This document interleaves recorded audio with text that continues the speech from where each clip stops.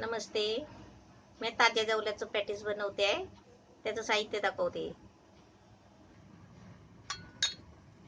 हा जवला आहे, ताजा जवला. हा स्वच्छ धुवून घ्यायचा आणि याच्यामध्ये जे काड्या असतात ना, म्हणजे कोळंबीचे वगैरे असे देठ असतात धाग्यासारखे, ते काढून टाकायचे आणि भरपूर पाण्यामधून आहे ना हा जवला स्वच्छ धुवून घ्यायचा. 2दा-3दा असा धुवून घ्यायचा, म्हणजे तो चांगला साफ होतो. आता याच्यासाठी लागणारं साहित्य आहे, मी 1 चमचा लिंबूचा रस घेणार आहे. हे चवीपुरतं मीठ घेणार आहे आणि आहे ना मिरची मसाला आहे, गरम मसाला, हळद आणि धना पावडर. आणि त्यासाठी हे तेल आहे. ही थोडीशी कोथिंबीर घ्यायची आहे. 1 कांदा घेतलाय कापून. हे बटाटे आहे. ही 2 छोटे छोटे बटाटे घेतले आहे, म्हणजे शिजवून आहे ना साल काढून किसणीवर किसून घेतलेला आहे. ही अद्रक लसूणची पेस्ट आहे, 1 चमचा घ्यायची आहे. आणि ही आहे ना पिझ्झा चटणी, ही बनवलेली होती माझ्याकडे, मी रेसिपी दाखवलेली आहे. ती मी चटणी आता अशा वस्तूमध्ये, म्हणजे टोमॅटो नाहीत ना, आता तुम्ही ह्याच्या बदली आहे ना 1-2 टोमॅटो घेऊ शकता. टोमॅटोची पेस्ट बनवून आहे ना ती तुम्ही घेऊ शकता. अशी मी चटणी घेतलेली आहे. आणि हे नाही घेतलं तरी चालेल आणि टोमॅटो पण नाही घेतला तरी चालेल, कारण का आपण लिंबूचा रस घ्यायचा. आणि आता हे कसं बनवायचं आहे ना ते मी तुम्हाला दाखवते.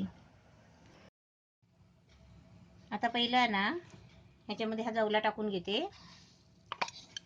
जवला स्वच्छ धुतलेला आहे. ह्याच्यामध्ये हे बटाटा आहे. बटाटा उकडून आहे ना साल काढून किसून घेतलेला आहे. चांगला किसणीवर किसून घ्यायचा बारीक. आता ह्याच्यामध्ये हा थोडासा कांदा घ्यायचा. हे अद्रक लसूणची पेस्ट आहे. हे सर्व साहित्य आहे ना मिक्स करायचं आहे. हा लिंबूचा रस आहे 1 चमचा.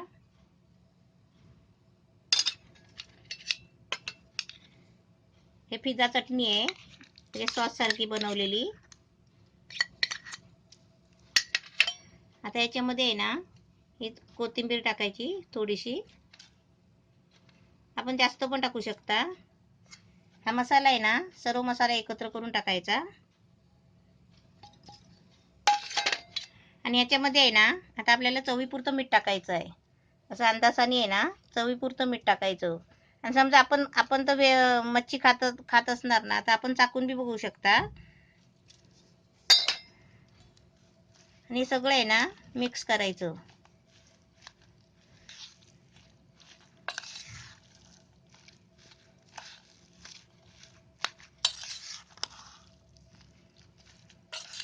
आता हे मी हाताने मिक्स करते.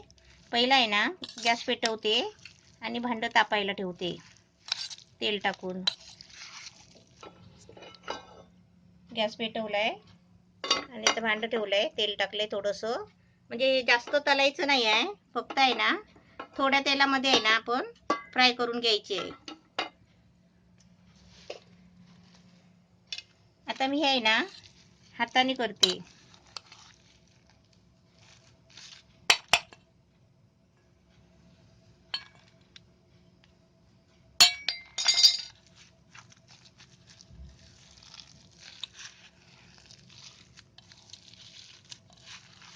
आपलं तेल तापेपर्यंत हे सगळं असं मिक्स करून घ्यायचं.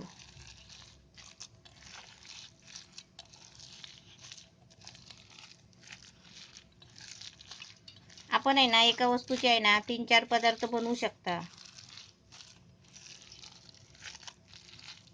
एकदम मस्त छान झालंय मिक्स.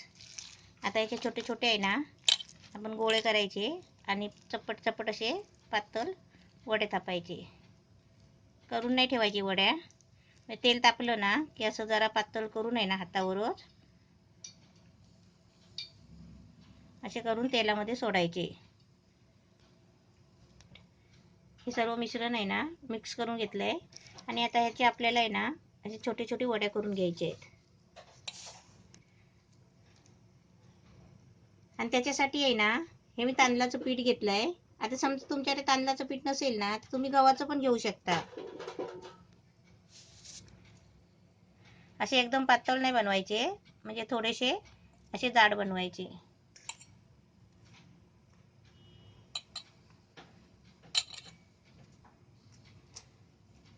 तेल तापायला ठेवलंय. तेल तापेपर्यंत आहे ना म्हणजे आपण 2-3 गोळे करून घ्यायचे.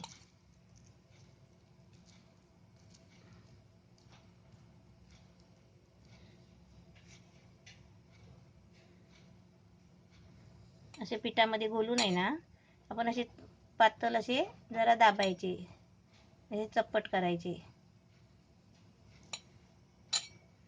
आणि तेलामध्ये सोडायचे. तेल थोडासा टाकलाय, थोड्याशा तेलामध्ये आपल्याला हे तळून फ्राय करून घ्यायचे.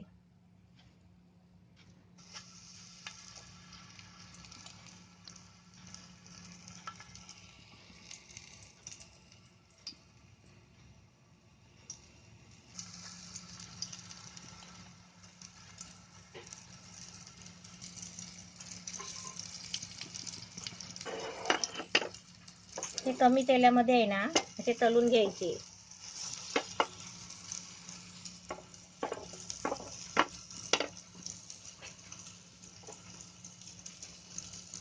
आणि गॅस आहे ना थोडा मीडियम ठेवायचा, कारण ते आहे ना आतमध्ये शिजायला पाहिजे ना, नाही तर कसं माहिती आहे गॅस फास्ट ठेवला ना की लगेच आहे ना वरून काले होणार, करपणार.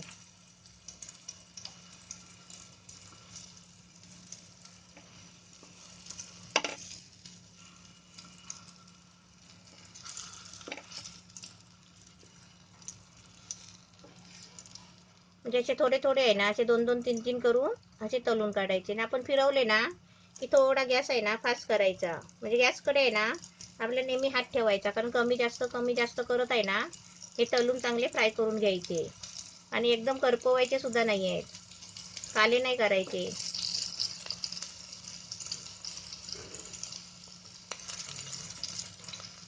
आणि असे आहे ना साईडला करायचे, कारण साईडला केले ना मग ते कडक होणार आणि ते आतनं शिजून येणार. आणि याच्यामध्ये मध्ये आहे ना दुसरे सोडायचे बनवून, तोपर्यंत गॅस आहे ना बारीक करायचा.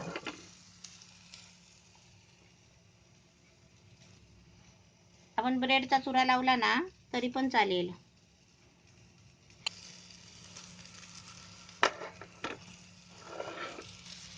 हे असे सर्व करून घेते आणि तुम्हाला दाखवते. ताज्या जवल्याचं पॅटीस केलंय बघा, मस्त छान झालंय.